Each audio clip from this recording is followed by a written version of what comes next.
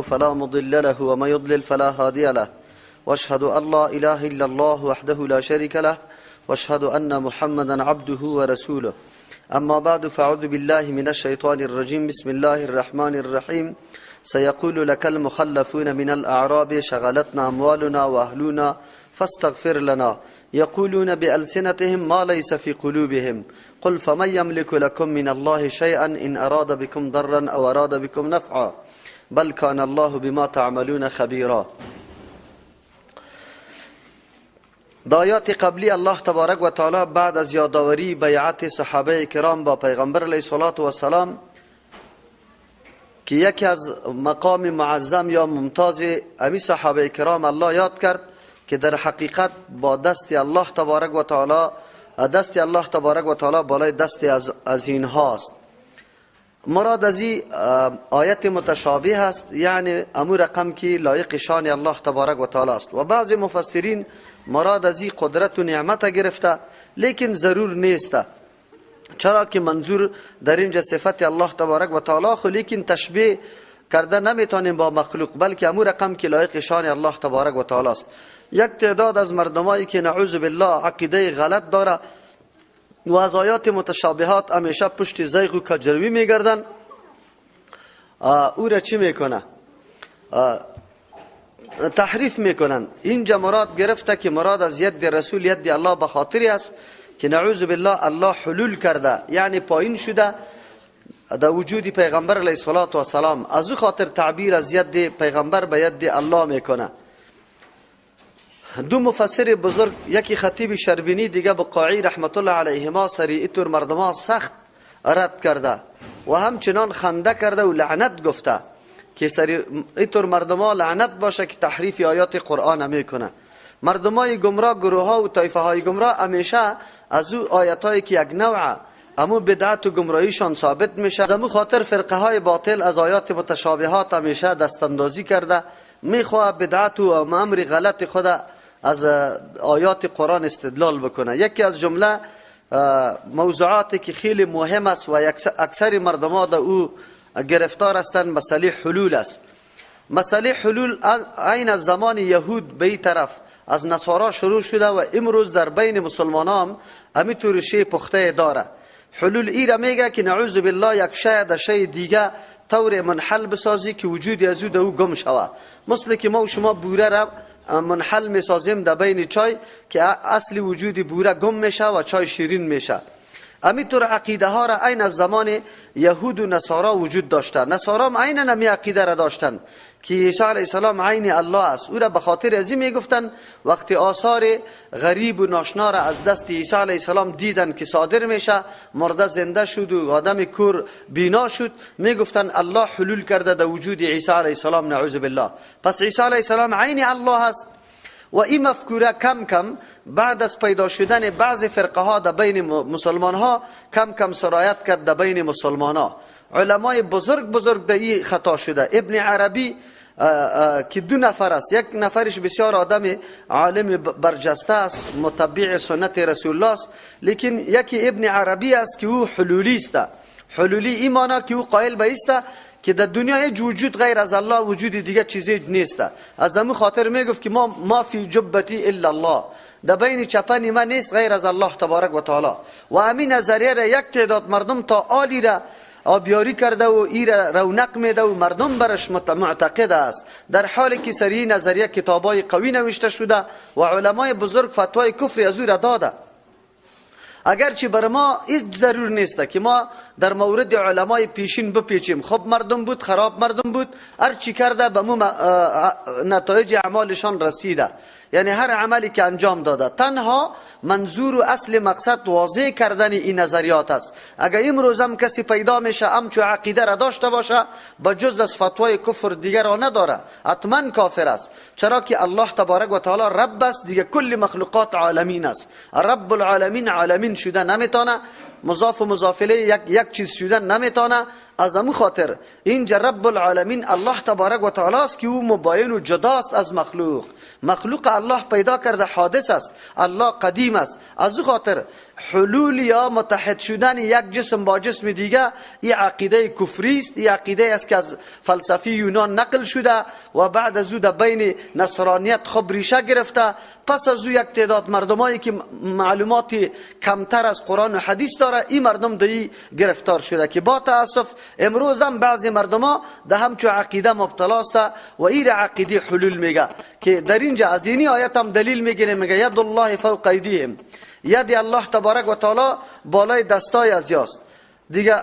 این از اینی دلیل میگیره، میگه به خاطری که اینجا الله حلول کرده در وجود پیغمبر، نعوذ بالله از دست پیغمبر تعبیر به دست الله کرد. این نظریه حتی تا این اندازه را در امت اسلامی شایع شده که حتی بعضی حلول الله را در امامای خود قائل هستند. از یک امام در دیگه امام همینطور نقل شده تا که آخری امام میگه نعوذ بالله وجود الله در او حلول میکنه. این عقیده کفری است، قرآن سر از این رد میکنه. هیچ وقت یک دلیل نیست، به هزارها دلیل در این مورد است. از همین خاطر است که قرآن کریم نصارا را کافر میگه. بله در این آیت ها الله تبارک و تعالی منزلت و مقام صحابه را بیان کرد. خب بعد از او این گپ هم اشاره کرد که اصل استوار باقی ماندن سری کدام تعهد و پیمانی که بسته شده این خیلی اهمیت بسزای داره. اما مردمایی که با پیغمبر علیه السلام پیمان کردن امو طور استوار باقی بمانه. آلی این کلش به منفعت خود صحابه است. الله که کدام پیمان صلح را داده و این قسم حالت در پیش میاره، این کلش منفعت مسلمان است. اگرچه در ظاهر حال مسلمان ها منفعت خود ندانه، لیکن الله در این نتایج ثمر بخش نهفته و خود به خود در پیش روی از میاد. یکی از جمله نتایج اینمی بود که الله تبارک و تعالی خوشنودی و رضامندی خود از صحابه اعلان میکنه که پشت سر در آیت میاد. در این آیت سیقول لك المخلفون من الاعراب، یکی از ثمرات حدیبیه اینمیست. زمانی که پیغمبر اراده ادای عمره را کرد، مردمای منافق صفت یا کسانی که در دوردست زندگی کرده بودند از مزایا و مطالب اسلام آگاهی کامل نداشتند و فکر کردند که مسلمانان با این تعدادشان در مرکز و کانون دشمن خود میره. او دشمنی که تا دین روز حمله میکرد سری پیغمبر علیه السلام، حتی در مدینه خصوصا جنگ احزاب هم قبلا تیر شده او کل گروه های کفر سری مدینه حمله آور شده بودند. از همون خاطر کسایی که حقانیت دین درک کردن نمیتونه و نمیفهمه که قدرت در حقیقت پیش الله تبارک و تعالی است، همیشه نظرشان سری امور ظاهری می باشه، قوت و قدرت ظاهری واره فریب میده. از همون خاطر مردم فکر میکرد که مسلمان ها رفته برای ادای عمره در حقیقت در کام دشمن خود میرسانه، بدون از اینکه واسری از یا حمله بکنه یا میره در سرزمینشان که مفت یا گرفتار شوه و کلشان دیگه نخواد سلامت بیاید. از همون خاطر این پندار یا این تصور امی منافقین بود. همیشه قدرت الله تبارک و تعالی است. در یک میدان جنگ، در یک منطقه افکار یا تصورات مردم متنوع می باشه. شما میبینید در مورد قضیه در دادن قرآن کریم افکار متضاد در وطن وجود داره، کسی یک طرف کش میکنه، کسی دیگه طرف کش میکنه، اما همیشه الله تبارک و تعالی طایفه ها را دو قسم متقابل قرار میده. یکی همون مردم است که وا درک واقعی داره و میفهمه، او کسایی که ایمان در قلبشان آمده درک کرده که ایمان قوتی بسزای داره، قدرت اصلا پیش الله است، سری مادیات و سری مسائل ظاهری و لشکر ظاهری فریب نمیخوره. از همون خاطر مؤمنا به تمام قوت و با ایمان خود آغاز سفر کردند، اما منافقین عذر تراشی و بهانه ها را شروع کردند. قرآن اینجا از اینمی عذر تراشی و بهانه های منافقین برای ما یاد میکنه. البته این درس عظیم برای مسلمان است که در همچون موارد انسان باید امور رقم که دستوری پیغمبر است امور انجام بده. اینجا فکر خود در مقابل پیغمبر، در مقابل امر پیغمبر در کار نپرته و اینطور فکر نکنه که پیغمبر چیزی را برام میگه این خلاف مصلحت و منفعت ما است. منافقین همچو افکار و تصورات داشت، لیکن در اینجا درسای عظیم دیگه هم است. او درسای عظیم دیگه است که انسان گناه خودت توجیه نکنه. گناه را اگر توجیه نکردی آینده امور گناه دانسته شاید پشیمان شوی، رجوع بکنی و از امور جرم بدانی، الله تبارک و تعالی بخشش کنه. لیکن گناه را اگر توجیه کردی همیشه توجیهات ابلیس لعین برات پیش میکنه، باز از او گناه چی نمیکنی؟ توبم نمی کنی. این بسیار خطرناک است. خطرناکترین کار اینمیست که گناه را توجیه کنه. چرا؟ گناه را که توجیه کردی راه اصلاح برای دیگران میبندی. چرا؟ او را اینطور وجه بیان میکنی که او آدم دیگه هم فکر میکنه که بله تو امری درست انجام دادی. از همون خاطر او در تلاش و پی حق جویی نمیشه. میگه بله اینمی گپ حق است. یکی. دوم اصلی واقعیت دیگرگون میشه. مردم باز اصلی واقعیت درک کردن نمیتونه. بسیار مثالای خیلی قوی فعلا ما و شما در این موارد داریم. الله رحم بکنه. با تاسف که علمای بزرگ ما در امچو توجیهات مبتلا شده و امچو توجیهات عذرا را یا پیش میکنه.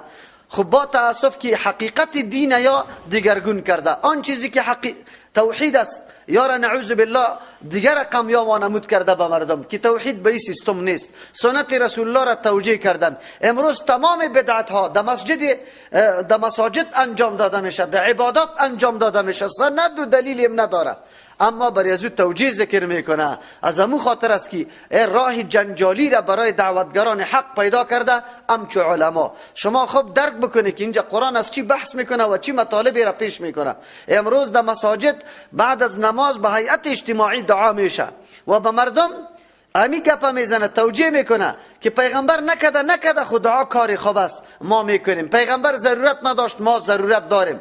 دیگه توجیه میکنن نه صحابه خو بیا از همه چیزشان پوره بود، دعا را یاد داشت. خو اینجا عوام است که دعا را یاد نداره، ما با این خاطر دعاها میکنیم. این را میگه توجیهات گناه را توجیه کردن. صحیح که میلاد پیغمبر نکرده، خب ما مردم خیلی دور زندگی از اسلام میکنه بان که یک کمی از سیرت پیغمبر بهرمند شود. این را میگه توجیه گناه. همیشه همینطور است و این خطرناکترین را برای از بین بردن اسلام این همیست. چرا که مردم این را حق میدانه، حق میپنداره و هر کسی که مخالفت از این میکنه در مقابلش قیام میکنه. امروز مسیر راه دعوت ما را اینمی گپا گرفته.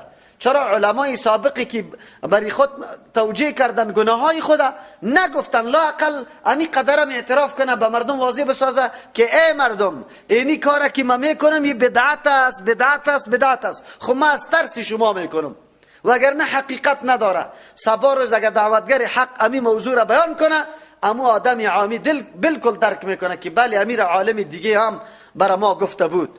لیکن وقتی توجیه را برش ذکر کرده باشه، باز نفری عوام در مقابل تو قیام میکنه، از خود دفاع میکنه که گپ درست است. امروز کل بدعت ها را اینمی تو توجیهات امی علما برش میکنه. او توجیه بدترین و خطرناکترین دسیسه برای منع کردن دعوت حق است که دعوت حق منع میکنه و اصل واقعیت دیگرگون میکنه. آن چیزی که واقعیت شریعت است دیگرگون است. امروز شما ببینید با می ملاهایتان قسم بده بگو او ملاها شما را به الله قسم پیغمبر سنت در خانه خوانده یا در مسجد؟ شاید در طول عمر خود یک یا دو سه دفعه در مسجد سنت خوانده باشه، خور ما قدر قرائت دراز کرده که صحابه در مسجد باقی نمانده کل گرفته. چطور شده میتونه حقیقت و واقعیت شما امروز تغییر داده؟ مردم مکمل سنت در مسجد میخوانند، در خانه قطعا رواج نیست. حقیقت تبدیل شد یا نشد؟ چرا؟ به خاطری که مردمی فکر میکنه که دعا قطعی ملا صاحب یک جای بکنیم. حقیقت دیگرگون شدن اینمی را میگه. شما یاد داشته باشه قرآن که وقتی از منافقین یاد میکنه امو گپای از یارا بر ما پیش میکنه، با می خاطر پیش میکنه که منافقین خود گناه کردن لیکن گناه خود گناه نمیشماره، او را توجیه میدن، برای از او عذر پیش میکنه. از امو خاطر است که چی است؟ عذر گناه بدتر از چی است؟ از گناه است. هم گناه کردی هم دیگه توجیه برش میکنی و این مرحله های خیلی گوناگون داره. این توجیهات گناه یکی از جمله راههای است که بالکل از حق طلبی آدم منع میکنه. مشرکین هم میگفتن میگه ما به خاطر شرک میکنیم پدرای ما کرده، رسم پدرای خدا ماندنی نیستیم. این توجیه گناه بود. شرک یعنی چی؟ بت پرستی، با بت تعظیم کردن، سجده کردن عقل انسانی هیچ نمیپذیره، لیکن گفت رسم نیاکانی ماست. امروز بدبختترین کاری که در افغانستان رواج است مسئله نوروز است. به اندازه ای را تقویت بخشیدن که نخواد امو زردشتی های ایران در زمان سابق امی قدر ای را رونق میدادن، امروز مسلمان ها داده، بری از او باز توجیه میکنن. ملاها، دکترها، این مردمایی که تلویزیون یا توجیه برش میکنه از حیثیت ازی که این روزی زردشتی و روزی ایدی ما جوس نگیریم پروا نداره، اگر ایرا چی بکنیم تجلیل کنیم، میوه بخریم، با چیستا با عروس خود چی ببریم، کالا ببریم، در کوها بریم، سبزه لغت کنیم، تا مزار بریم، ما خود چکر میریم، ماهی بخریم. این کلش در اسلام غلط و نادرست است، لیکن این مردم توجیه میکنه. مردم در گناه مبتلا کردن توسط گپا میشه، توجیه نمیکردن. امی منافقین توجیه نمیکردن که ما را در جنگ نبره. زنای رومیا بسیار قشنگ است، باز ما در فتنه واقع میشیم. این توجیهات گناه میگه. امی مردم بود دیگه توجیه نمیکردن. شیطان توجیه نکرد، سجده را برای امر الله تبارک و تعالی نکرد. میگه آدم علیه السلام از خاک پیدا شده. این توجیه گناه خدا میکنه. الله تبارک و تعالی اینجا یاد منافقین میکنه و اصل امو صفت مذموم منافقین بر ما پیش میکنه. سیقول لك المخلفون زود است وقتی که تو پس از سفری اینمی صلح حدیبیه فارغ میشی میری طرف مدینه منوره. این آیتای صورت هم در اونجا نازل شدن بعد از صلح حدیبیه. زود است که بگویه لکه برای توی پیغمبر علیه السلام المخلفون، امو کسایی که باز مانده شده، مخلف کسایی که پشت سر گذاشته شده، اشاره به این میکنه مخلفون میگه و اینطور بعد از هم ضمیر ذکر نمیکنه، هر جای مخلفون میگه. اشاره به این میکنه که دو طایفه بود. یک طایفه پیشتاز بودن، که چی پیشروی میکردن طرف میدان جهاد، طرف اطاعت امر پیغمبر میگفت و پیش دستی میکرد. یا کسانی بود که پس کرده شده بود. از همین لفظش هم معلوم میشه که مردمایی بود عقب مانده، این مردمایی بود که محروم شده بود از همه امتیازات. واقعا همونطور است. زود است که بگه برای تو مخلفون، پس بازماندگان، کسانی که پس گذاشته شدن، من الاعراب از بادیه نشینان عرب، و آنهایی که در دیهات هستن، علم و قدر زیاد نداره، معلومات کافی در مورد پیشرفت و ترقی اسلام نداره. شغلتنا اموالنا، چه عذر پیش میکردن؟ ما را مشغول ساختن اموالنا، مالای ما، و اهلونا، اهل مال ما دامنگیری ما شده. چرا؟ مالای ما پراگنده است، تیت است، اگر ما در عمره بریم یا همینطور در دشت و سارا باقی میمانه، کلش ضایع میشه. اهل ما برش نان نفقه یا را تیار نکردیم. این عذر اینمی منافقین بود. ولی با تاسف امروز یک تعداد مسلمانایی که خود خواب مسلمان پیشتاز میگیره، عذر نرفتن جهاد خدا چی اعلان میکنه؟ بگه عذر نرفتن جهاد خدا میگه اولاد و مال چطور کنیم؟ این صحابه اولاد و مال نداشتن چی؟ این را به خاطر میگم که یکی از جمله در زمان جهاد یک نفر، یکی از دوستا برام قصه کرد که ما پیش یک خوب عالم رفتیم در زمان جهاد. برش گفتیم که بریم در جهاد. گفتم مرا گفت که اینان نفقه اولاد خدا چطور کنیم؟ اینان نفقه عالم هم بود. امروز هم همونطور مردم پیدا میشه، همیشه اینمیطور عذرا را بری خود پیش میکنه، با این خاطر که خدا بری خود توجیه میکنه نعوذ بالله که اینی وجه برم است. فاستغفر لنا، بازم چی میکنه؟ بر ما بخشش طلب کو از اینکه ما نرفتیم، قطع یک جان نشدیم. امی بازماندگی ما. خو منافقین بودن امی قدر میفهمیدن که ما خو بگه یک کمی مخالفت کردیم، از پیغمبر طلب دعا میکنه. یقولون بالسنتهم، میگفتن به زبانای خود، میگویند به زبانای خود، ما آن چیزی را لیس فی قلوبهم که در دلشان نیست. این از همونطور خودنمایی و ریایی میگه که خدا این قدر مقصر و گناهکار میدانه که هیچ پرسان نکنه. این از تو طلبی چی میکنه؟ استغفار و دعا میکنه، حالان که این نرفتن خدا یا گناه و عذر نمیدانستن، این را چالاکی و تاکتیک میدانستن، هوشیاری میدانستن. منافقین همیشه همینطور است.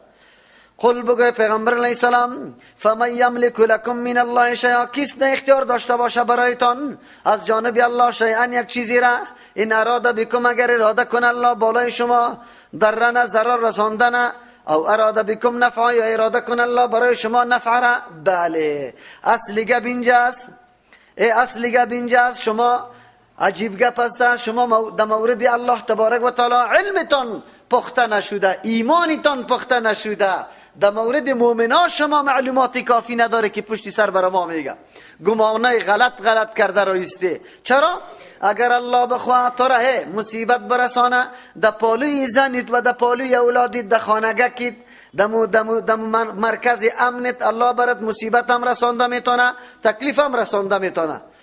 مصیبت و تکلیف دور رسانده میتونه الله تبارک و تعالی. امونجا در مرکز و میدان جهاد، حتی در مرکز کفار هم اگر بری، الله تبارک و تعالی میتونه تو را حفظ بکنه. خود تو از قدرت الله آگاهی نداری، همه را در نظر چی میبینی؟ ظاهری خود نظر میکنی، میگی این قدر وسایل قطعی از یاست، کی قطعی از یا مقابله شده میتونه. در طول تاریخ منافقین امیتور عقیده داره و همیشه حراس میداشته باشه از وضعیت ظاهری دشمن. نمیگه که اصل اسباب تاثیرگذار نیست. همه انقلابات یا تغییراتی که در جهان رونما میشه به فرمان و حکم کیست؟ الله تبارک و تعالی است. از همون خاطر است که همیشه بزدل، خودت خطا دادن، شانه خالی کردن از اوامر و اطاعت، با این خاطر که ما هوشیار هستیم خود نجات میدیم، لیکن در حقیقت تیشه را در پای خود زده. او امتیازاتی که الله به این طور گروه ها و به این طور سفرها نصیب کسی میکنه، او نصیبی از یا نمیشه. این بسیار کلان بدبختی است، کلان خساره است. قرآن کریم بر ما میگه بل کان الله بما تعملون خبیرا، بلکه الله تبارک و تعالی با آن چیزی که شما انجام میده خب خبردار است. یعنی این عذر و بهانه ها واقعیت نداره، این عذرایی که شما پیش میکنی واقعیت نداره، بلکه این خلافی عزیزتر شما دیگه مقصد داره و اینمی عذرام مانع مجازات دادن نمیشه. اگر شما میگی که الله بر ما مجازات ندن، نه الله اصل حقیقتی کار میدانه و برای شما مجازات میده. بل ظننتم، بلکه شما گمان کردی الله ینقلب الرسول، اصلی گپ نمیسته. اصلی گپ عامل اصلی در نشرکت کردن در سفر با امرای پیغمبر علیه السلام اینمی بدگمانی بالای الله و بدگمانی بالای رسول، بدگمانی بالای مؤمن است.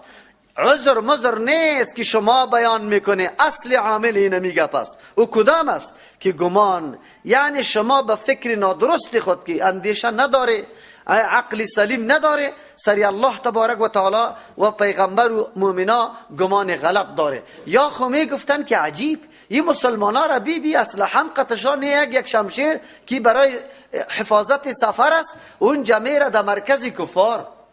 بس دیگه معلوم شد که مردم ها فقط اینی نقطه آخری عمرشان است، مکمل دیگه ختم میشه. قطعی طور مردم شریک شدن خود به دسته در مرگ انداختن است. خدا خطا بده، این مردم دیگه نخواد پس روی مدینه را دیده بتانه. چرا؟ دشمنای از یاد تا دین روز سری از یاد در ایجا حمله کرده، یا در مدینه روز نداشتن از دست دشمن، حالی یا میره اونجا عمره را ادا میکنه. قرآن نوره میگه بل ظننتم، شما گمان کردی الله ینقلب الرسول، که باز نمیگرده، باز نخواهد گشت پیغمبر، والمؤمنون مؤمنا الی اهلهم، بسوی آل و اولادشان ابدا به هیچ وجه کلگی ختم میشه. و زین ذالک، مزین کرده شده اینمی امر فی قلوبکم، در دلایتان. بله، مردمای بزدل، حال بزدلا و مردمای ضعیف الایمان همین طور است. او تصوراتی که داره او را در دل خود می پرورانه، با زور شیطان خود برش مزین می سازه، او را واقعیت فکر میکنه حالان که واقعیت نیست. یقینا که همون طور است، بزدلا همین طور است، ضعیف الایمان همین طور است. امو پندارهای خود واقعیت میشماره حالان که واقعیت نمی داشته باشه. امروز همون طور بود. زمانی که روسا حمله کرد، امو تعدادی که کمونستا بود با دین تعلق نداشتن، میگفت این دیوانه ها را سعی کده سری که قط یک چرایی مشکوش خود بالا شده مقابله با توپ و تیاره داره. بسیار یا بسیار دیوانه است، بسیار محمق است، بسیار بیعقل هستن میگفتن. علت چی بود؟ علت دیگه چیز نبود. کدام ترس، کدام ضعف ایمانی که در قلبشان بود، اونمو رعب ظاهری امو لشکر روسیه سر از یا چی کرده بود؟ تاثیر انداخته بود و فکر میکردن که بس هیچ مقاومتی در برابر از یا استادگی کردن نمیتونه. خب خبر نبودن که مؤمن ایمان داره، مؤمن قوی القلب است، مؤمن اراده و تصمیم قاطع داره. او میگه یا مرگ و یا شهادت، اردوش پیروزی است و ما در مقابل از این میرزمم، می جنگم. این نقطه ها را این دشمنی واقعی ما فی الحال هم امیر درک کرده. اینمی دشمن ها درک میکنه که مسلمان ها با هیچ وجه شکست نمیخوره. چرا؟ کدام نیرویی که قطعی از یاست قطعی کفار وجود نداره، از امو خاطر هستن بهانه ها را جور میکنه. بله، از اول سیاست میکنه، اگر دمو سیاست چیزی را پراند اگر نشد باز دیگه نمیتونه. امروز دنیای غرب هم درک کرده که اوه ما چرا خدا در جنجال انداختیم. واقعا افغانستان قبرستان روسا بود، انشالله قبرستان غربی هم جور میشه اینجا، همینطور جور میشه. چرا یا حالی درک میکنه که با کدام سیستم حالی خود خطا بدیم، از چنگ خلاص نمیشه. چطور بکنن که حالی فرار بکنه؟ قرآن کریم همینطور مردم ها را حالاتش بیان میکنه. وای بر حال همینطور مردم های بزدل و همینطور مردم های ضعیف الایمان که حالی هم مرعوب از اینمی ساز و برگ غرب شده، از اینمی دموکراسی شده، حقیقت ایمان در قلبش وجود نداره، همیشه در حراس است، همیشه در لرزان است. اینطور نکو. و ظننتم ظن سوء، شما گمانا کرده گمانای بد، گمان زشت کرده بالای الله، بالای مومنا، بالای دین اسلام، بالای ترقی دین اسلام. و کنتم قوما بورا، سرانجامتان قومی برباد و هلاکت شونده شده، گشتید شما قومی هلاکت شونده. چرا؟ افتخارات بزرگی که در این سفر نصیب صحابه کرام میشه که الله اعلان میکنه لقد رضی الله عن المؤمنین. و افتخار نصیب شما وار بزدلان نمیشه، شما وار مردم حقیر نمیشه. یکی. دوم، بعد از او حالات شما را الله رسوا فاش میکنه، آیات روان میکنه که اصل حقیقت اینی گپ است، در دنیا هم رسوا شدن. او عذاب آخرت خدا پیش رو هست، عذاب آخرت. امو کمونستا امو تور شدن یا نشدن؟ افتخارات جهات خو از دست دادن، از ایمان خو از دست دادن. آخرش بگه جنرالای بزرگ شلغم فروش در سر کراچی شدن، امو تور شد یا نشد؟ امو تور شد. عذاب الله باز داده میرویشان است، حالی را کجاست؟ الله یار عذاب میده. خو سرنوشت امو مردمی که استقبال از دموکراسی لعنتی میکنه، عینن هو به هو اینمیسته. خب باید بدانن که به این ناز نکنن، به این فریب نخورن که این قدرت هاست و دلار روان است و ما اینطور میکنیم. نه، آخر افغانستی دمی افغانستان باقی میمانی. خب لیکن بکو امی قدر که سبا بالا سعی کده بتانی، با می مردمی خود بالا سعی کده بتانی. این تو نباشه که پر از جنایت باشه، بالا سعی کده به مردمی خود نتانی. این بسیار مهم گپ است، این را باید یاد داشته باشیم. این واقعات و داستانها را که قرآن ذکر میکنه تنها برای وقت نیست. قرآن کتاب قدیم است، تمام مطالبش لایزال است، همیشه است تا روز قیامت. این درسای عظیم است برای ما که ما باید درس بگیریم. ده همچو میدان کدام راه را انتخاب کنه انسان، راه عزت یا راه نعوذ بالله بغیرتی و بزدلی را. قرآن کریم از او خاطری گپا را برای ما یاد میکنه. و من لم یؤمن بالله، کسی که عقیده نداره، بله اصلی سرچشمه تمامی بدبختی های نمیسته که ایمان نداره. و من لم یؤمن بالله، کسی که عقیده به الله نداره و رسولی و پیغمبر نداره، احترام و مقام پیغمبر هم نمیشناسه، اینمی طور مردم های گپا را میزنه. فإنا اعتدنا للکافرین، یقینا ما آماده کردیم برای کفار سعیر، آتش سوزانه. در دنیا خام الله یار رسوا میکنه، خو اون جنبرش عذاب سوزان وجود داره. این کل گپا از عدم ایمان نشأت میکنه که به الله و رسول ایمان نداره. چرا؟ الله را نشناخته بود و مقام و منزلت پیغمبرم نشناخته بودن، از او خاطر در تصوری غلط رفتن. ولله ملک السماوات والارض، او خبر نداره که خاص در اختیار الله است. ملک السماوات، پادشاهی آسمان ها، و الارض، از زمین، همه در اختیار الله است. در یک لحظه میگیره طوفان پیدا میکنه، بر قدرت های بزرگ قطع خاک یکسان میشه. الله میتونه، بالکل میتونه. امروز هم میتونه الله که کشتی های از یار در بحر غرق کنه. لیکن مورد امتحان موت قرار گرفتیم که موت کدام راه را انتخاب میکنیم. مرعوب بشیم، زیر تاثیر امی قدرت های ظاهری میایم، یعنی که ایمان ما پخته است، میدانیم که الله بر ما عزت داده.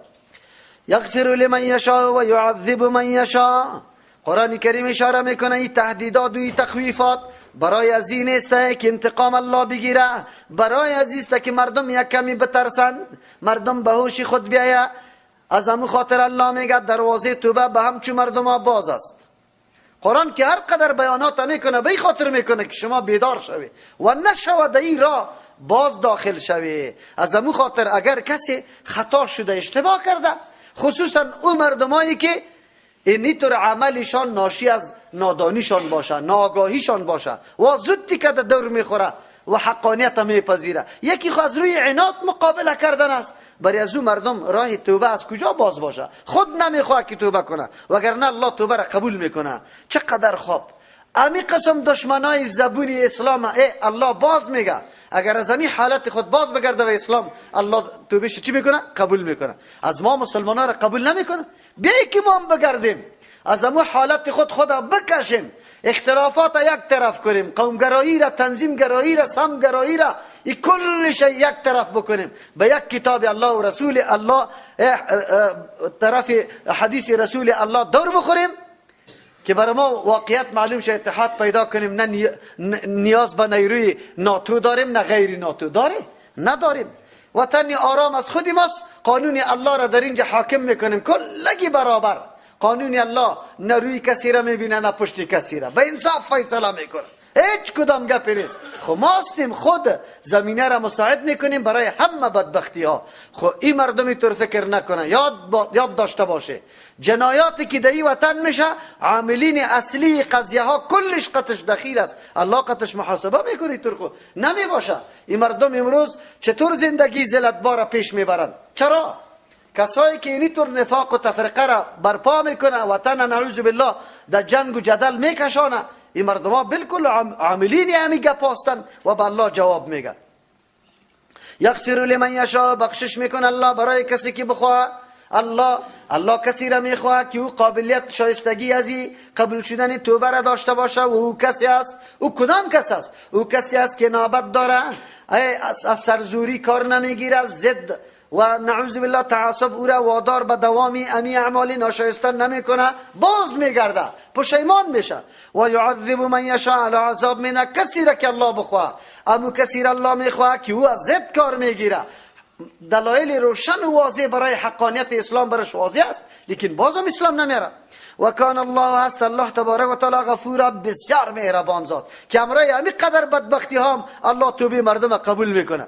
رحیم و رحم کننده است که دری دروازه توبه را الا گذاشته که مردم بفهمه باز بگرده.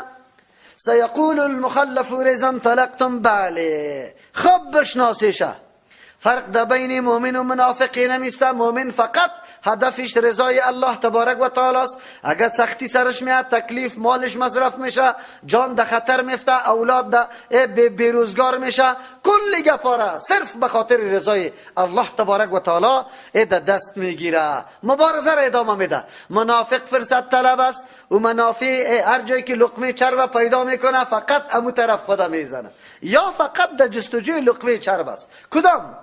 در کدام جایی که برشان لقمه بدون محنت و زحمت حاصل میشه، امونجا عمله میکنه، اوجا خوش داره. ما و شما باید طور نباشیم. قرآن یک درسی که برای ما میده، هم عمل کرده ما قدمی که بالا میکنه منظورتان رضای الله باشه. فقط بعد از این عمل کردید مردم تو را مدح کنن نکنه، مردم خوش باشه نباشه، خط افتخارآمیز در موردت نوشته شوه نشوه، مردم آفرین بگویا نگویا، نه، فقط هر عمل فقط به خاطر رضای الله تبارک و تعالی. در هر مرکز برو، در هر منطقه برو، با هر گروه بشی، فقط دعوتت به خاطر رضای الله باشه. این تو نباشه که یک جای کسی دیگری محنت کرده و تو بری با سرش قبضه کنی به مردم نمایان کنی افتخارات ماست. اینطور نباشه. چرا این صفت کی است؟ منافقین است. منافقین تو صفت داره، منافقین صفت را داره که وقتی یک جای دید که خب تارجور شده، او را میگیره در قبضی خود میاره، باز بعد از او به مردم وانمود میکنه که افتخارات ماست، حالا که نه محنت در اونجا کشیده و نه زحمت دیده، هیچ کدامش نکرده. اینطوری جماعت نباشه، فقط منظورتان رضامندی الله. منافقین همینطور بودن. جایی که غنیمت حاصل میشد گفت ما اول نمره، سابقم که شریک نشده بودیم امینجا خود نمایان کنیم. اما مومن میگه غنیمت باشه نباشه، منظوری ما چی چیز است؟ منظوری ما دفاع از دین الله، اعلای کی کلمت الله، اینی مقصد ما باشه و با کل برادر و خواهرها اینی مقصدتان باشه. نگویی که مردم برای ما خوب بگویه، مردم از ما راضی باشه، مردم ما را احترام بکنه، نه، فقط دین الله را به مردم برسانه، عقیده حقه. بعد از او خیر است در کدام جایی که تو محنت کرده ای، اگر کسی دیگه او را در دست میگیره هیچ غمش نکن، بان که او به دست بگیره، به مردم پیش کنه که والله این افتخارات ماسته. امروز زیاد مردم هم اینطور است. در اولی در موقعی که مصیبت است، تکلیف است، زیر فشار مردم قرار داری، تو باور بکو اگر کس قطع استاد شود گریز است. خود موقعی که نعمت است، در موقعی که خب حالی بری تو آفرینی میگه، باز کلگی در جماعتت خود شامل میکنه تو رس یا نیست. زمانی که تو مبارزه با شرک و بدعت میکنی، هیچ کس قطع دیار نیست، بلکه هنوزم تو را کوبیده رایسته در پیش مردم. خود زمانی که افتخارات بیان میشه، باز میگه ما هم قطعش بودیم. اینطوری باید نباشه. اولین طایفه الحمدلله در وطن شما مردم هستی که هر نوع تکلیف، مشقت، رنج، بدگویی را، دشنام و بی گفتن ارنگ مگپا را قبول کرده. خود اول قدم قبول کنی، 3 سال بعد خود کلگی میفهمه، کلگی میآید. مهم است که در روزای اول افتخارات کمایی کنی. صحابه که الله قدر رضامندی را از وای اعلان میکنه به می خاطر که در قدم اول با پیغمبر شریک بودن، او شریک بودنشان از روی ایمان و اخلاص بود، نه از روی ازی که برای ما افتخارات کمایی شود. نه مطلبشانی بود که بیلدینگ برای ما مهیا شود، نه غنیمت به دست ده. خو منافقین بودن که تلاش داشتن که کی مسلمانان در غنیمت پیروز میشن که ما هم قطعش یک جا باشیم. خود جایی که سفر دور و دراز باشه، در جنگ تبوک همونطور نبود؟ ولو کان عرضا قریبا، اگر سفر چی می بود؟ بگوی نزدیک می بود و لقمه خیلی به محنت در دست می آمد، لتبعوک. وجد آیت آمده بود که شما تابعداری تو را میکرده پیغمبر، ولکن بعدت علیهم الشقه، لیکن این سفر سریزه سختی کرده. حالی دیگه انواع عذرها را پیش میکنه. این مردم قطع ما استاد نمیشه. چی عذر پیش میکنه؟ وطن ما بسیار جهالت حاکم است، این گپا گفتنش حالی خوب نیست، نمیشه. همینطور هستن نمیگن. شما قطع علما یکم کم بیشینی، یکم کم شور بدیشه. بگو چرا امی بدعت چرا گم نمیکنی؟ یعنی شرک چرا گم نمیکنی؟ یعنی مردم چرا نمیفهمی؟ چی براتون میگه؟ چی براتون میگه؟ میگن نمیشه، این بسیار سخت است. خب فلانی سخت نیست، به تو سخت است. چرا سخت است؟ سختی در چی داره؟ خیر است. ولی باز ما متهم به وهابیت میشیم. متهم به چی میشیم؟ اگر گپ دایی باشه که ما متهم نشویم، خب پیغمبر باید یک کلمه هم به مردم نمیگفت. چرا؟ متهم به دیوانگی شد، متهم به شعر، متهم به صابی بودن، متهم به کاهن بودن. بگوی متهم به چیست؟ کذاب بودن، نعوذ بالله، مفتری. کلش کدام تهمت است که در دشان اما پیغمبران و خصوصا پیغمبر علیه السلام نشوده؟ ما اگر از اتهامات بترسیم، باز قدم هم گذاشته نمیتونیم. تو میتونی کلی مردم دلش به دست خود بیاری؟ نه، حقیقت بیان که بعد از او غم میشه، نکو به خاطر رضای الله. مردم خوش میشه، مردم بد نیت میگه، مردم هر چی که میکنه. خب ما میگم که ان شاء الله ان تنصر الله ینصرکم، این وعده الله است بر ما. ان تنصر الله ینصرکم. اینجا بسیار مطلب عمده است. سیقول المخلفون، زود است که بگویه همی پسان کرده شده ها، باز مانده شده ها، اذن طلقتم، وقتی که روان شوی الی مغانم، به سوی غنیمت ها، لتاخذوها، که شما بگیری غنیمت ها را. یا براتان چی میگه؟ ضرونا، بگذاری ما را، نتبعکم، که ما تابعداری شما را بکنیم، قطعتان یک جای بریم. یریدون یبدلوا کلام الله، اراده داره که یا تغییر بده کلام الله را. کلام الله چی بوده؟ با پیغمبر علیه السلام گفته بود. این اصل مراد از این غنیمت خیبر است. بعد از اینکه صلح حدیبیه واقع شد، صحابه کرام خو بسیار زیاد خفه بودن. چرا؟ واخو نیت داشتن که عمره بکنیم، مراسم عمره را ادا کنیم، مست و ملنگ پس بگردیم. نه عمره شد، قربانی ها در نصف راه حلال شد، آن چیزی که هدف بود در دست نآمد و بر علاوه شرایط ناگوار گذاشته شده در این صلح که هیچ پرسان نکو. قدم که میمانه صحابی، بگو هیچ یاری نمیکنه طرفی خانه. خو الله تبارک و تعالی از امیال شروع میکنه به سوی نشان دادن و برملا شدن اون مصلحت هایی که در صلح بود. صحابه را آگاه میکرد که پیغمبر کدام کار میکنه، صحابه بدانه که دو مصلحت است او به حکم الله تبارک و تعالی است. اول مصلحتش چی بود؟ اول فایده. امی دیستی صلح قرار گرفته، حال دیگه بزرگترین مرکز شیطانی را اول ویران کنه. برای شما از همه کده بدتر مرکز خیبر است. چرا؟ یهودی بدبخت در اونجا هست، کل شیطانت از اونو است. تمام تحریکات جنگ از طرف از وا بوده. از همون خاطر اول امیره چی بکنه؟ محاصره کنه و قبضه کنه. منافقین خود دیدن که خیبر خود گرفتن بس به این طور صحابه، این صحابه شیرا که نمی ترسیدن، این خود یک دقیقه کار است، بیا دیگه دنبال رویش خود شویم، دمو غنیمت ها خود شریک شویم. از این خاطر لیکن الله فرمان داده بود پیغمبر علیه السلام که با جز از همون کسانی که در حدیبیه شریک بود کسی دیگر شریک نباشه. چرا؟ به خاطر که الله برشان امتیاز بده و اطاعت از رسول کردن با وصفی که قلب ناراض بود، طبیعت ناراض بود، لیکن چون اطاعت پیغمبر میپذیرفتن، از او خاطر الله پاداش میده. از کسی دیگری رقت خود پیغمبر نبرد. خب منافقین چی گپا شروع کرد؟ ذرونا بگذاریم ما را نتبعکم، امرایتان روان باشیم برویم. الله میگه یریدون یا اراده دارن یبدلوا کلام الله، که کلام الله را تبدیل کنه. الله به پیغمبر فرمان داده بود که غیر از اهل حدیبیه دیگه کسا را قطع خود بردن نمیتونی. از امو خاطر قل برش بگه پیغمبر علیه السلام لن تتبعونا، هرگز قطما تابعداری ما را نکنه، یعنی از پای ما نبیه، قطما یک جا نشوه. کذالکم قال الله من قبل، پیش از اینکه شما بر ما میگه الله بر ما قبلا بیان کرده که کسی دیگر غیر از مردم حدیبیه را که در صلح شریک بودن غیر از دیگه کسا برده نمیتونی. فسیقولون، آلی چی میکنن؟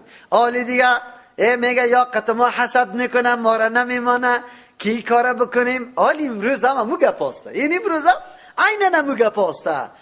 وقتی که ببینه که موقع غنیمت گرفتن است و هم قطعی تو یک جای میکنه، چی میگه؟ رد بدعت کرده رویسته. باز که برش میگه که نه برای شما به خود کار کنی، خیر است ما به خود میکنیم. میگه سیکو قطما حسد داره ما را نمیمانه. فسیقولون، زود است که براتان بگویه بل تحسدوننا، یعنی اینقدر نعوذ بالله شرم یا مردم بی شرم است که آلی نگذاشتن شما یارا با وصفی که به فرمان الله تبارک و تعالی است. ایره حسد شما را متهم به حسادت میکنه که شما حاسدین هستی. فسیقولون، میگویا بل تحسدوننا، بلکه شما حسد قطما داره. الله چی میگه؟ بل کانوا لا یفقهون الا قلیلا، بلکه یا نمیدانن الا قلیلا، مگر خیلی کم. یعنی اصل سرچشمه تمام بدبختی ها جهل و نادانی است. جهل به قدرت الله، جهل به مقام پیغمبر، جهل به ناپایداری دنیا، جهل نعوذ بالله به ارزش های جهاد نمیفهمن که جهاد چه ارزش داره. جهل نعوذ بالله از تمام حالات اصل جهل است. اگر یا میدانستن که جهاد چه ارزشمندترین چیز است، چرا شریک نمیشد؟ اطاعت فرمان پیغمبر چقدر مقام و ارزش داره، حتما شریک میشد. اگر میگفت که این جهاد از ناحیه الله است، الله در خواب پیغمبر ایره نشان داده بود که یا در عمره بره، هیچ وقت چی نمیکرد؟ سرکشی نمیکرد. ولی یا جاهل بودن، نمیدانن. قل بگوی پیغمبر علیه السلام للمخلفین، به کسانی که باز مانده شدگان هستند، من الاعراب، از زمین بادیه نشینا، ستدعون الى قوم، بله اگر شما این گپ اینقدر اظهار وفاداری میکنه بسیار خوب است، میدان آینده موجود است. بله شما اگر اینقدر لاف از اسلام میزنه دیگه میدان نمیلاسته. بیا مبارزه با بدعت های باقی بکنیم، بیا مبارزه در مقابل رسم و رواجای غلط دیگه بکنیم، کلگی سر از یک جاغه بکشیم بگویم که نارواسته. خود شما پشت مصلحتایتان میگردی. شما باور بر الله بکنی اسلام که هر قدر در خطر باشه، اگر کسی بخیزه دعوای نبوتان بکنه، خود چون که مصلحت تنظیمتان در خطر است، سخنی هم از پیشتان نمیبرایه. نه در مجله، نه در اخبار، نه در ورق، نه در بیان، نه در رادیو، نه در تلویزیون گپی هم نمیزنه. چرا؟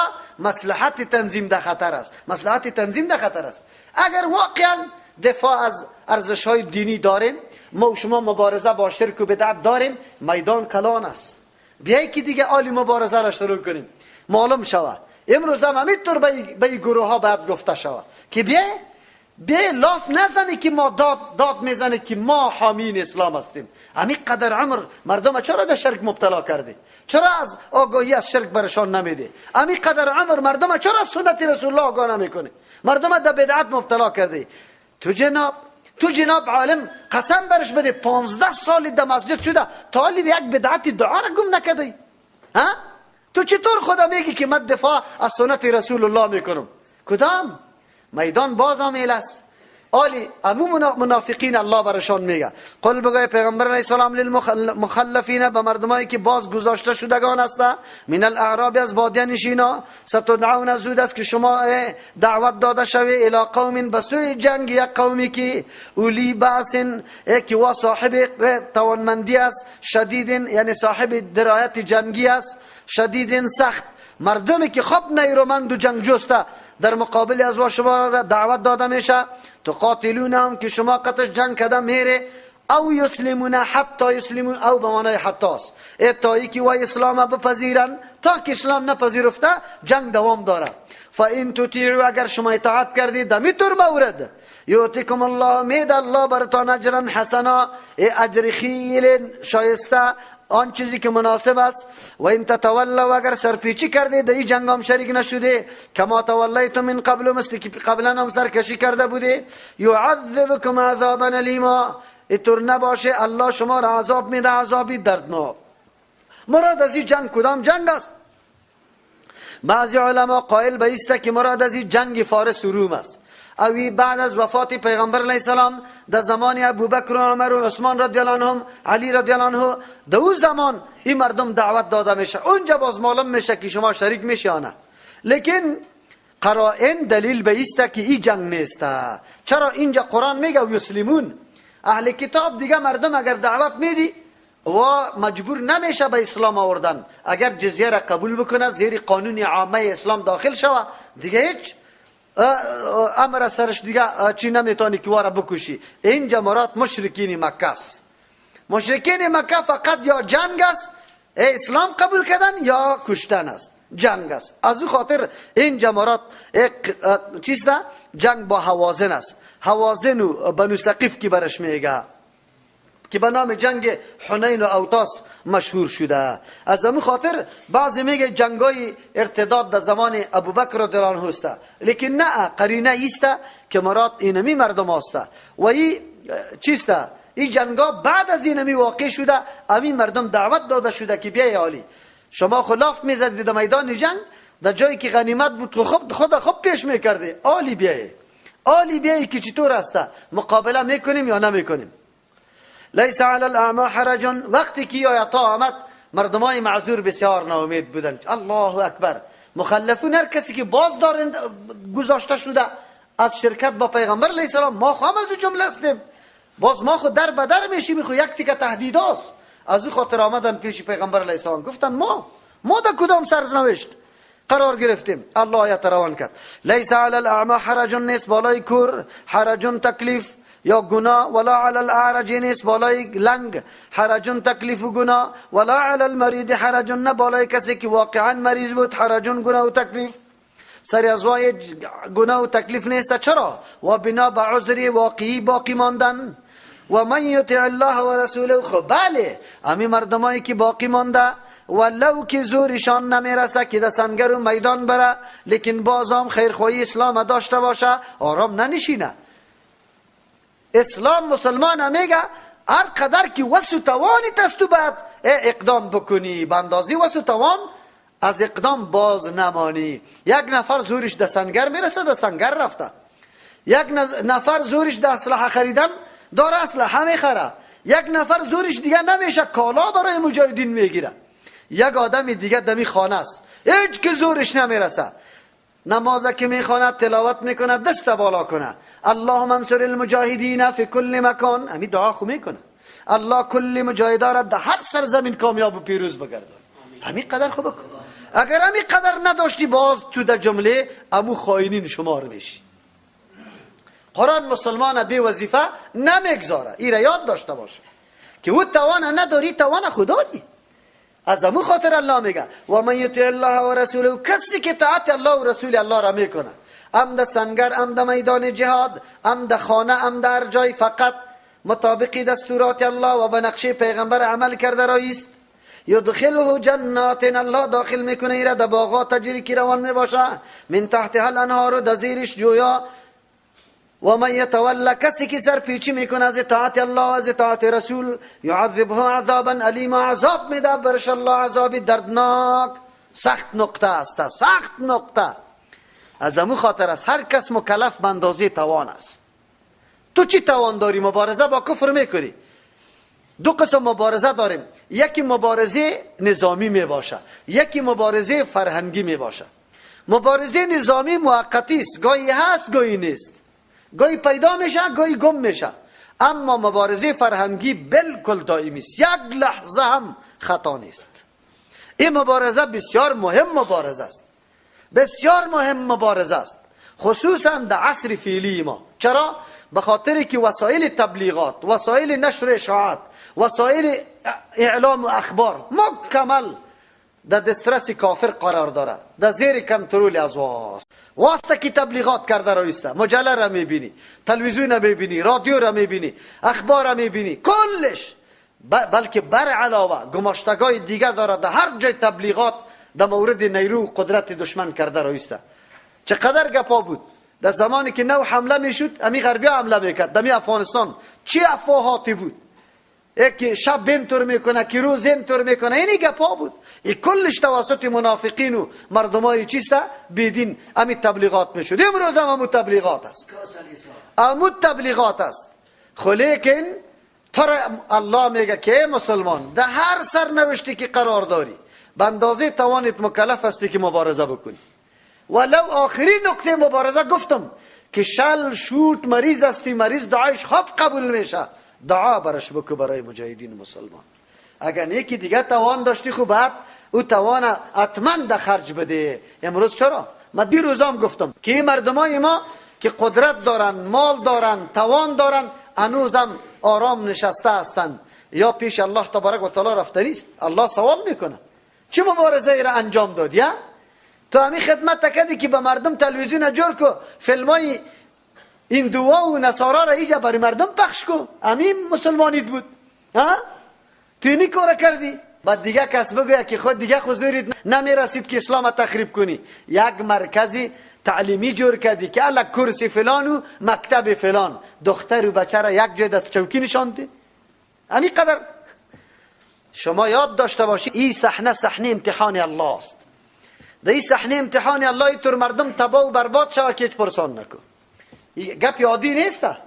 یک کسی که مرکز تعلیم جور کرده و اونجا در بین دختر و بچه با هم یه مشترک درس میخونه، به الله جواب میده. اینطور خو نیست که البته میگه ما همین پیسه را مدار اعتبار خود قرار دادیم از هر طریق که به دست آورده میشه، به دست آورده میشه، دعوت داده رایسته. این خو کلش تو را حتی مریض الله میگه، کر و لنگ میگه که با وصفی که عذرام داری خو ما یطع الله و رسوله، بازم سری توی طاعت الله و رسول دمی خانه تام است که چقدر کمک به دین میتونی. اونطور نیسته. یک تعداد مردمی ما احساساتی میباشه، دست به دیگه کارا میزنه. جناب تو اگر خدمت به دین بکنی بسیار راه ها وجود داره، بسیار راه ها وجود داره. اگر تو واقعا خدمت بکنی، تو تمام عمری توقف کنی برای تعلیم، برای ازی که مردم در بفهمونی. امروز مردمی ما که جهاد میکنه اسلام میفهمه. عربا وقتی که آمدن افغانی ها را دیدن ایران مانده بودن که چرا خطی روسا جنگ میکنه، تعجب میکردن. میگه یا خود قبر را پرستش میکنه، یا خود پیر و ملا را پرستش میکنه، خطی روسا چرا جنگ میکنه؟ ایران بودن. تالی را مردم ملت ما نمیفهمه که الله کدام ذات است، الله کدام ذات است. در مردم ما خوفی که از زیارت است از الله، به الله قسم اگر باشه.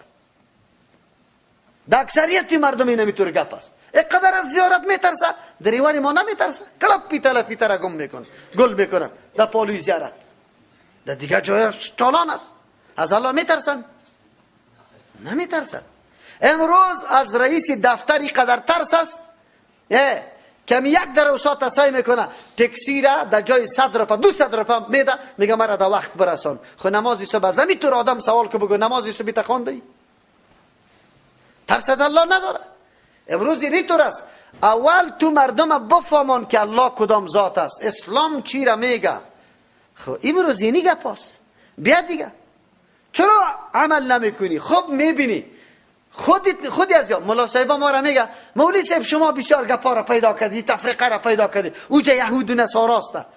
و مولا صاحب خب ما خامی قدر کردیم که مردم الحمدلله اسلام یاد میدیم. سنت رسول الله را خو یاد میدیم. شما چی کرده؟ همین شما بگوی. شما چی مقابله کرده؟ زمینه را مساعد کرده برای یهود و نصارا.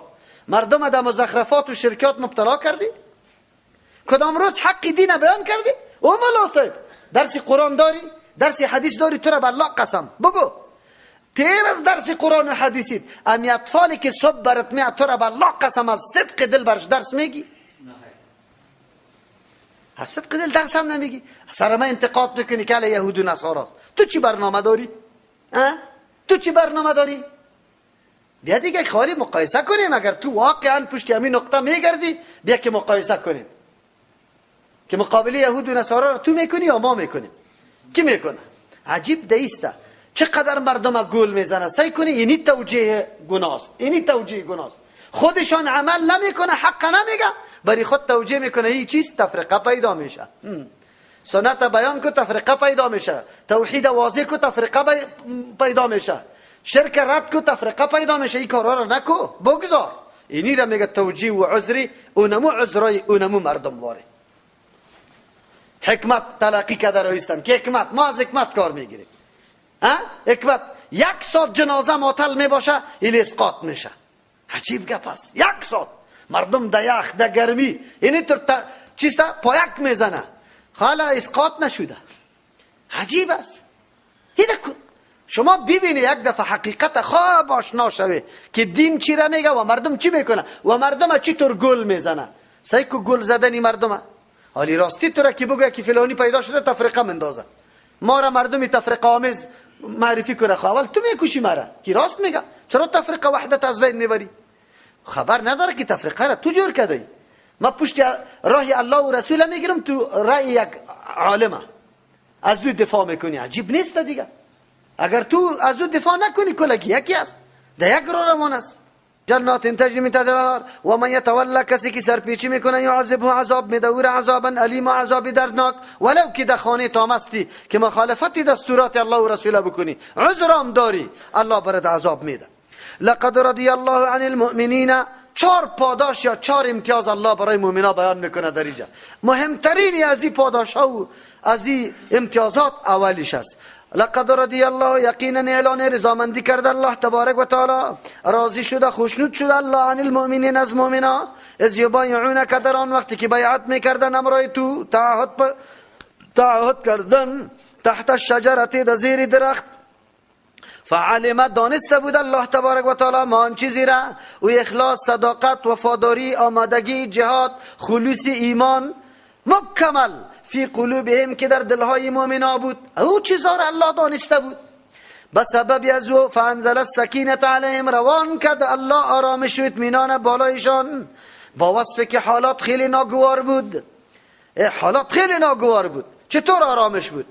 در بین انبوی دشمن آمده، در مرکز دشمن آمده. امو مردمی که تا دین روز مسلمانان را در مدینه تعقیب میکرد، امروز آمده در مرکز دشمن.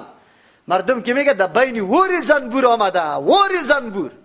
سلام علام وجود نداره، در لباس احرام هستن، نیرویشان هم برابری با نیروی اهل مکه کردن نمیتونه. خود دیگه از خانه و دیار و کمک خواستن هم بالکل دور هستن. شما چی تصور داری؟ کی طور مردم باید اینقدر پریشان باشه، متزلزل باشه که پرسان نکو. الله آرامش و اطمینان در قلب مومنا روان کرده که حتی آماده نیستن که شرایط صلح را بپذیرن. اون غیرت، اون همت. الله اکبر. امیطور مردم الله اعلان رضامندی نکنه؟ اینطوری مردم ها خوب باید پای درک بلرزه که در بین دشمن آمدیم. حالا اگر سر ما حمله بکنه کوکی اسلحه، کوکی مقاومت. ولی صحابه کدام مردم است؟ صحابه همون مردم است که حتی به شرایط صلح آماده نیستند. یک درو پیغمبر علیه السلام امیطور هستند که چرا هیچ مواد شرایط نوشته کرده رویستی یکی. او دمی طور موقع به پیغمبر دستی پیمان میده که من تا کشته نشم از اینجا شور نمیخورم، تا که حیات دارم جهاد میکنم، تا که حیات دارم جهاد میکنم. اینطوری مردم الله راضی نباشه کی راضی باشه؟ شما بگوید. قرآن امیر میگه، اینی را میگه امتیاز مهم که در عین سختی، در عین حالت ترس، در عین حالتی که اسباب ظاهری بالکل سازگار و موافق قطعتون نباشه، لیکن قلبت پر از غیرت و ایمان باشه. اینی را میگه صحابه. ما امروز در وطن خود اینطوری میشیم. چرا؟ ایمان خیره نمیگه. قرآن درس میده برای ما که مؤمن کی را میگه، مؤمن کی هست. مؤمن نمست قلبش مطمئن است. واقعیت اتکا به این کده که ان الله علی کل شیء قدیر. الله به هر چیز قدرت داره. بالکل تمام این تغییرات و انقلابات در اختیار کیست؟ الله امو زمینه که بالکل ناگوار است او را گوارا می سازه در یک لحظه. آن چیزی که در ضدت بود امروز موافق میشه.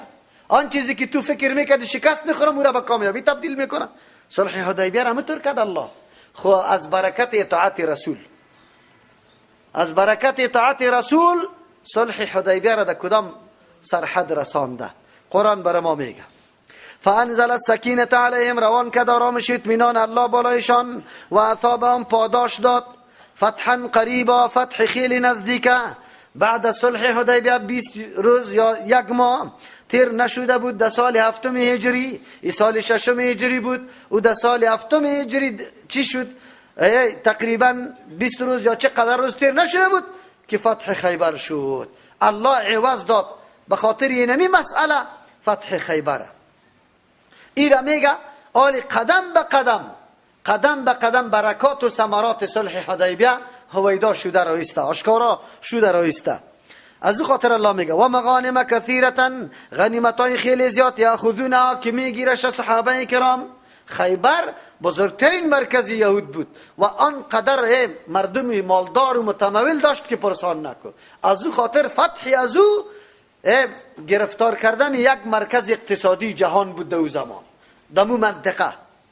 و کان الله عزیزا حکیما، هست الله عزیزا زبردست، شکست ناپذیر، حکیم و حکمت والاست.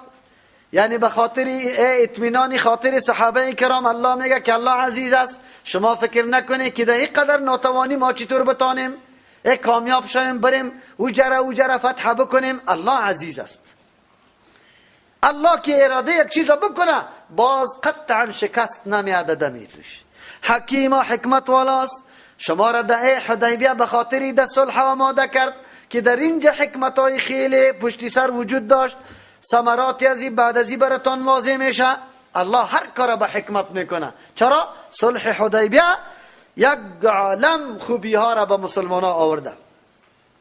وعدکم الله مغانم کثیرتا، وعده کرد امرای شما الله تبارک و تعالی غنیمت های خیلی زیاده، تأخذونها که شما باز میگیریشه. اشاره میکنه که مسلمان ها این سلسله فتوحات و غلبه و کامیابی اینمی رقم دوام داره تا روز قیامت. خو شرط داره. شرط چیست؟ و من یطیع الله و رسوله. شرط داره. اگر این شرط موجود بود ما یقین داریم که سلسله فتوحات و غلبه از مسلمان ها هست. قرآن دوی اشاره کرد. فعجل لکم، زود داد برای شما هازی دمی دفع، آلی یک دانه چیست فتح را امیالی زود برتان داد. و کف ایدی الناس عنکم، منع کرد دستای مردم از شما. در منع کردن دستی مردم، در دسترازی مردم چی مراد است؟ بعضی مفسرین قائل به است بنو غطفان که هم حلیف خیبر بود، قد یهود بودن. بنو اسد قصد داشتن که سری مدینه منوره حمله بکنه. چرا موقعی را دیده بودن که پیغمبر با یک تعداد از صحابه رفته در عمره، بیایی که اینجا ما حمله بکنیم و تمام مال غنیمت و زنا را اسیر بگیریم، نعوذ بالله. اما الله در قلبشان رعب انداخت، نتانست که سری مدینه حمله کنه. یک توجیه است. دوم توجیه و کف ایدی الناس عنکم، زمانی که خیبر پیغمبر علیه السلام لشکر را روان کرد، خودشان قطعی بود پیغمبر علیه السلام. اون جمعی بنو غطفان که هم حلیف خیبر بود و قصد کردن که بیاید پشتیبانی از خیبر بکنه، لیکن الله رعب در قلبشان انداخت، بالکل باز ماندن، پشتیبانی نکردن. از او خاطر خیبر به وجه درستی فتح شد. قلاها را یکی پی دیگر فتح میکرد تا که یک قلا باقی مانده بود، علی رضی الله عنه فتح کرد. اینی رقم. لیکن راجح قول اینجا است که نه مراد از بند کردن دستی مردم مکه است. مکه شما چه رقم مردم بوده؟ الله تبارک و تعالی اگر امی اهل مکه که یک دم نعوذ بالله کینه و کدورت در قلبشان جوش میخورد، دشمنی بیخی آتشش افروخته بود و شما را اینطور بی اسلحه هم گیر کرده بود، باز خلایقی بود که اول شروع میکرد به حمله بالای شما، اما الله اینطور رعب در قلب از او انداختن که زمانی که پس رفت نمایندهشان به او مردم میگه فکرتان باشه که مردم اینطور مردم است که من هیچ جای ندیده. آبی وضوی پیغمبر علیه السلام در زمین نمیرسه. وقتی که از بیعت خبر شدن که هر صحابی میای بیعت قتی پیغمبر به مرگ میکنه، الله اکبر، یک عالم رعب دیگه در قلب اهل مکه افتاد. قرآن و کف ایدی الناس، الله اونطور میکنه دشمنه رعبش میپرته، رعبش. این واقعیت است. نصرت دین الله را بکنه در قلب دشمن، رعب شما را الله مندازه و اینطور فکر میکنه که مردم داره که پرسان نکن، کلگی قطع از یاست خبر نداره، کلگی دشمنه. اما طور در دلشان رعب می باشه. قرآنی که پاره برای ما میگه من اکر دستای مردم از اهل مکه را عنکم از شما که سرتان حمله بکنه، یک ولتکون آیتا للمؤمنین، ولتکون که باشه همی غنیمت دادن از خیبر آیتا نشانی فتوحات اول شما، اول فتحتان، للمؤمنین برای مؤمنا، یک ترجمه. دوم ولتکون که شوه حوادثی تمام حوادث صلح حدیبیه که فعلا انجام داده شده و آینده ثمراتش نمایان میشه، این پیشنگویی باشه. آیتا للمؤمنین، نشانه حقانیت دعوت پیغمبر علیه السلام شوه که پیغمبر کدام امر انجام میده چقدر ثمر بخش است، خود به خود حقانیت دین واضح شوه. و یهدیکم صراط مستقیما، هدایت کنه شما را راه مستقیم دیگر هم. چرا؟ دلایل حقانیت دین اسلام که وقتی آدم ببینه دیگم پخته میشه.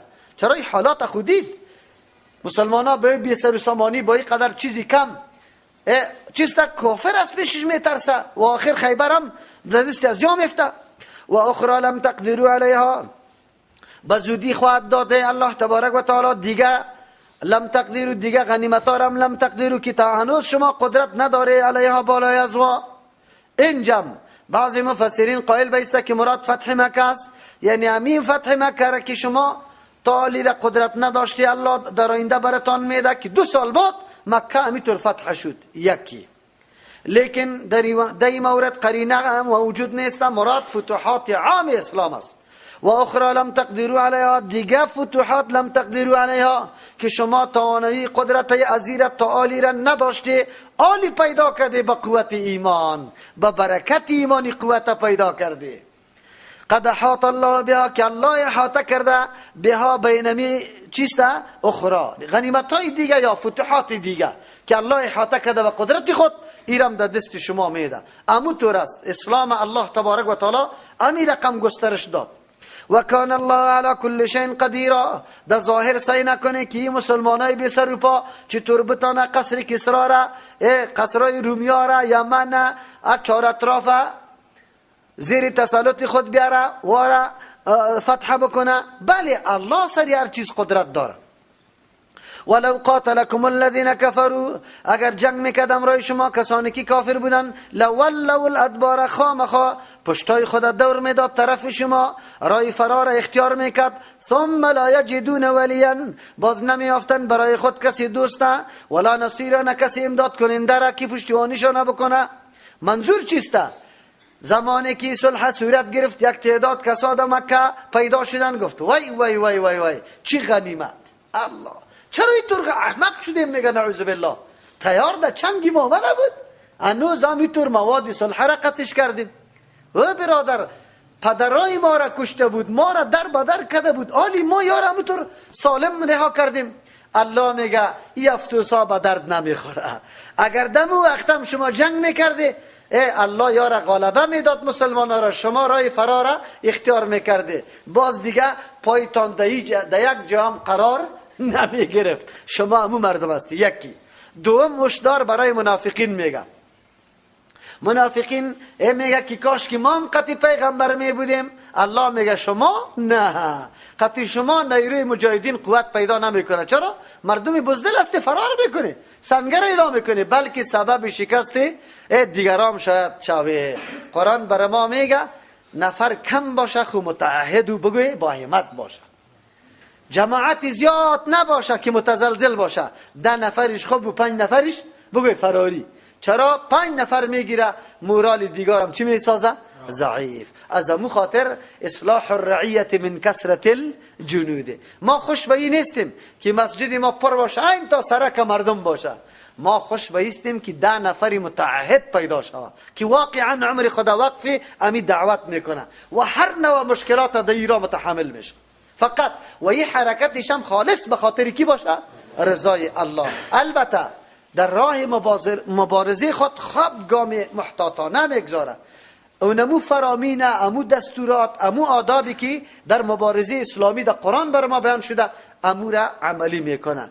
در حق کسی توهین نمیکنه، بدگویی نمیکنه، قهر نمیشه، غضب نمیکنه، مردم تحقیر نمیکنه، خود اینطور فکر نمیکنه که جنتیستم دیگه کلگی جهنم است. اینطوری نه، بسیار دلسوز انذار میکنه، انذار به کمال شفقت و دلسوزی مردم دعوت میکنه. این بسیار مهم است. و پیغمبر همینطور جماعت واقعا تربیت کرد. صحابه امو مردم بودن. از او خاطر منافقین در هر مرحله جدا جدا جدا جدا جدا جدا میشدن. الله همینطور کرده بود.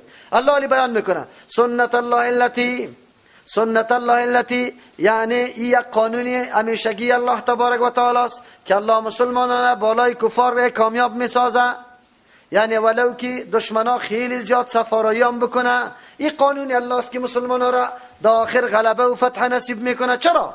این قانون همیشگی سنت الله، عادت الله است، طریقه و روش الله تبارک و تعالی است. التي امر روش را قد خلت من قبل که پیش از تیر شده. در هر تاریخ و در هر زمان الله جماعت خیلی کم اگرچه در نظر مردم ناچیز معلوم میشد، لیکن بنابر اطاعت و تقوایشان الله وره غالب کرده. ولن تجد لسنت الله تبدیلا. این گپ تنها منحصر در زمان پیغمبر علیه السلام نیست. موت را آگاه میکنه، بیدار میکنه. میگه ولن تجد، تو نمیابی مخاطب ای پیغمبر علیه السلام لسنت الله، به این روش الله تبدیلا، چیزی را بدل کننده یا چیزی را تغییر دهنده. یک چیز تغییر پیدا نمیتونه. شرط اطاعت الله و رسول است، به اخلاص مقابله و مبارزه کردن است. الله تو را کامیاب میکنه. و هو الذی، الله خامو ذاتی است کف ایدیهم عنکم، که منع کرد دستای از یاره، بند کرد دستای از یاره، عنکم از قتل کردن شما، از یکی به سر طرف شما دراز کنه. و ایدیکم، دستای شما را بند کرد عنهم از یا یکی قتل نشد به متن مکه، در خود مکه، در حرم. چرا؟ حدیبیه در منجا است، در میانی مکه. حدیبیه در منجا است. الله نخواست که اینجا جنگ صورت بگیره، وار از شما بند کرد، شما را از ها بند کرد. چرا؟ در حکمت‌های بسیار زیاد بود. من بعد ان اسفرکم، پس از اینکه شما را کامیاب ساخت علیهم بالای از یا. اینجا بعضی مفسرین میگن مراد از کامیابی امی صلح است که الله تعبیر به کامیابی کرده، یعنی صلح کامیابی شما بود. چرا؟ بعد از نشر اینمی آوازا سر و صدا در هر طرف بالا شد، مردم طعنه میداد کفاره، میگه مسلمانا با او بی سر و سامانی عین در منطقه در قانون مرکز شما آمده بود سرطان صلح را امضا کرد شما را اونجا یک دم مردم طعنه میداد به کفار. یکی یا مراد اشاره به او میکنه از کوی تنعیم چند نفر از مشرکین آموخته کردن که بره ناگهان پیغمبر علیه السلام در وقت خواب گیر کنی و از بین ببره. صحابه پیغمبر خیطور نبود، تصرف چی داشت، ترسد چی داشت، پیردار داشت، در هر طرف این مردم گیر کردن و کلش بسته کرده در پیش پیغمبر آوردن. پیغمبر علیه السلام بس کلش آزاد کرد، هیچ کدام نکشت. این یک تاثیر مثبت دیگر از سری مردم انداخت که ما میگفتیم که پیغمبر یک تیکه کشنده است، سوتر در پالوش مانده. یک نفر یک خاریس پیش ما آمده قطمه گپ میزد، میگه مرا گفته بودن که اوجا بری در مسجدش که گپشان نه قبول نکنی، اونجا رفیقا داره تو را چیزا سوتکوی میکنه. پیغمبر علیه السلام هم میگفت که فقط امرش قتل است. وقتی یارا گرفتن آزاد کردن، یک دم در کردن که خب پیغمبری قتل نیست، این پیغمبر خو این قدرت هم پیدا کرد. ما یک دم یک عجیب انقلاب و تاثیر در قلبی مردم هم افتاد. چرا؟ انگیزه تحریک جنگ دیگه در قلوبی از واساس شد و دیگه هیچ نمیخواستن با پیغمبر روبروشان مقابله بکنن. از همون خاطر در فتح مکه کمی آوازه چلید، مردم های اینطور حرکت نکردن که ما مقابله میکنیم. هر کس در خانه خود دروازه را بند میکرد یا در حرم میدوید که حالا از پشت کعبه بگیره و به امن شوه. این تاکتیکا و سیاست های چیست بگوی جنگی مؤثری پیغمبر صلی الله علیه وسلم است. از او خاطر پیغمبر علیه السلام در مورد تاکتیکای جنگیش، سیاستش، سیاست نظامیش دانشمندای اروپا سرش کتاب نوشته کرده که کدام شخصیت بوده. هیتلر نام میگیره، الا فلان است فلان است. سیاست جنگی که پیغمبر علیه السلام داشت که تا امروز او چراغ روشن کرده گل نمیشه، در حالت تزاید است. او خیلی مهم است که دروازه عدالت باز کرده باشد، نه ای که توسط زور و زبردستی دنیا را نعوذ بالله در یک جای بم اتم پرتو، در دیگه جای قتل دستجمی بکو، در دیگه جای از کروز استعمال کو، در دیگه جای از بی 52 استعمال کو، در دیگه جای از طیاره های چی بی پیلوت. این را نمیگه، این خود ظلم است، این خود زیادت است، این خود حق ندادن برای ساکنین امین سرزمین الله است. و مردم موقع نمیده که زندگی بکنه. این را نمیگه، پیغمبری طور نبوده. و کان الله بما تعملون بصیرا، هست الله تبارک و تعالی به او چیزی که شما انجام داده بصیرا، خب بینا، یعنی نتایج از او را میدانست که شما چی میکنی. از او خاطر الله تبارک و تعالی موقع جنگ مساعد نکرد. هم الذین کفروا، بله الله تبارک و تعالی وگرنه در بین مردم عوامل جنگ مکمل موجود بود، یعنی هیچ عذر مزر یا بهانه یا دلیل مواجه موجود نبود که قطع از جنگ نشوه. باید به هر قیمت که بود قطع از جنگ شوه، لیکن الله نخواسته بود که به این سیستم شوه. الله خواسته بود که به سیستم دیگه. چرا؟ حقانیت دین به مردم واضح شوه، رفت آمد مسلمان و کافر شروع شوه. اما تبلیغات سوی که در مورد پیغمبر و صحابه شده بود اما کمال دروغ ثابت شوه، حقانیت دین واضح شوه. از او خاطر است کاش که ما را که مردم در مسجد ها جای بده که ترجمه قرآن بکنیم بسیار خوب میشه. یقین بکو که یک دفعه ترجمه کنیم انشالله باز مردم بگوه میگه بیای امی رقم نماز بخوانیم، امو رقم نماز بخوانیم. باز میگه امی یک نماز خواندیم، ارمان میکنه. خب افسوس است که این مردم میفهم ملا بسیار زیرک است، خود هوشیار هستند، ما را موقع نمیده که اونجا ترجمه کنیم، نمیمانه ما را. خب میفهمن که اگر اینجا اینطور شد باز ما را مردم میکشه از مسجد. از او خاطر قرآن هم اینجا یاد میکنه هم الذین کفروا و صدکم، اهل مکه کسانی بودن که انکار کردن از نظام توحید الله، یک چیسته عامل جنگ. و صدکم عن المسجد الحرام، منع کرده بود شما را از مسجد حرام. و مسجد حرامی که قانونش در پیش خودشان هم قابل احترام بود. خودشان قاتل پدری خود دمی سرزمین پیدا میکرد، تعرض برش نمیکرد.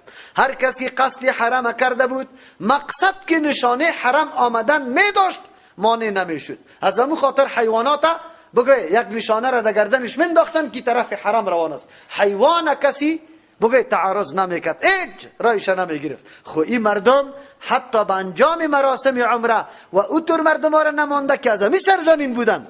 الله چی می؟ والهدیه، و من کرد شما را از مسجد حرام، والهدیه من کرد هم قربانی هایی که در حرم کشته می شد، معکوفا بند کرده شده، محبوس داشته شده، یبلغه که برسه محله در جای حلال کردنش، دمو او را نگذاشتن. ولولا رجال مؤمنون، لیکن پس پرده چه حکمت ها وجود داره. وقتی این طور گپا موجود بود باید مسلمانات دیگه صلح ملحره به هیچ وجه نمیپذیرفتن و جنگ در میدادن. لیکن الله تبارک و تعالی مصلحت ها را پشتی سر میدانه که چی مصلحت هاست و کدام مصلحت هاست. یک تعداد مؤمنای مستضعف بود، در مکه مکرمه ایمان آورده بود، اما اظهار نمیتونست از ترس کفار. جنگ در می گرفت، امو مومنای ضعیفم پایمال می شد و هم کشته می شدن. و کی کشته می شد؟ یک دم موقع تبلیغات به مردم داده می شد، زمینه تبلیغات میسر می شد، می گفتی مردم ها نه تنها که دشمنی ماست، دشمنی خودشان هم است، کسایی که به عقیده خودشان هم است اونا از بین برده رایسته. از او خاطر نفرت خیلی زیاد با مسلمان ها پیدا می شد. الله نخواست که جنگ شوه، صلح شوه. در صلح اینقدر چی بوده؟ خوبی ها مثل که اینجاست. ولولا رجال، اگر نمی بود مردا مؤمنون که مؤمن بودن و نسان زنا مؤمناتون که مؤمن بودن، لم تعلموهم که شما نمی دانستی از حال از از ایمان آوردن از ان تطعوهم که شما از خوف از که شما واره پایمال کنه، فتصيبكم باز برسه بر شما منهم به سبب قتل نمی مؤمنا معرتون عیب و عار برتان برسه، مردم شما را عیب و عار بزنه، بعد ازی ناگهانی بی علم شما واره بکشه، از او خاطر میگه بغیر علم بر شما عار و چی عیب برسه بدون آگاهی. اگری گپ نمی بود الله اجازه قتال میداد، خو ایمانه شد. چرا؟ اگر جنگ میچسبیدی مردمان پایمال میشد، حق تلفی ده حقشان میشد، مردم تبلیغات علیه شما شروع میکرد، کل عیب و عار سر شما میزد. لیدخل الله فی رحمتی، یک وجه خوی بود. دوم وجه لیدخل الله، اجازه قتال نداد الله به خاطر که داخل کنه الله فی رحمتی، در رحمت خود که توفیق ایمان است، من یشا کسی را که الله بخواه. اگر جنگ میشد یک مردم کشته میشد، جنگ نشده در بین امو مردمی که اگر جنگ میشد کشته میشد، آلی چقدر نفرها چیسته صاحب ایمان شدن. لو تزیلوا، از امو خاطر الله میگه لو تزیلوا، اگر یا جدا میشدن مسلمانا قطعی کفار یک جان نمی بودن، جدا می شدن، لعذبنا الذین کفروا، الله میگه ما عذاب میدادیم به او کسانی که کافر هستند به دست شما، یعنی به جزای اعمالشان واره مبتلا میکردیم به دست شما که جهاد قتش میکردی یا را خواب کشتن میکردیم، عذابا الیم، عذابی دردناک برشان میرساندیم، لیکن از بیم بین رفتن مسلمانا این جنگ ما در ندادیم.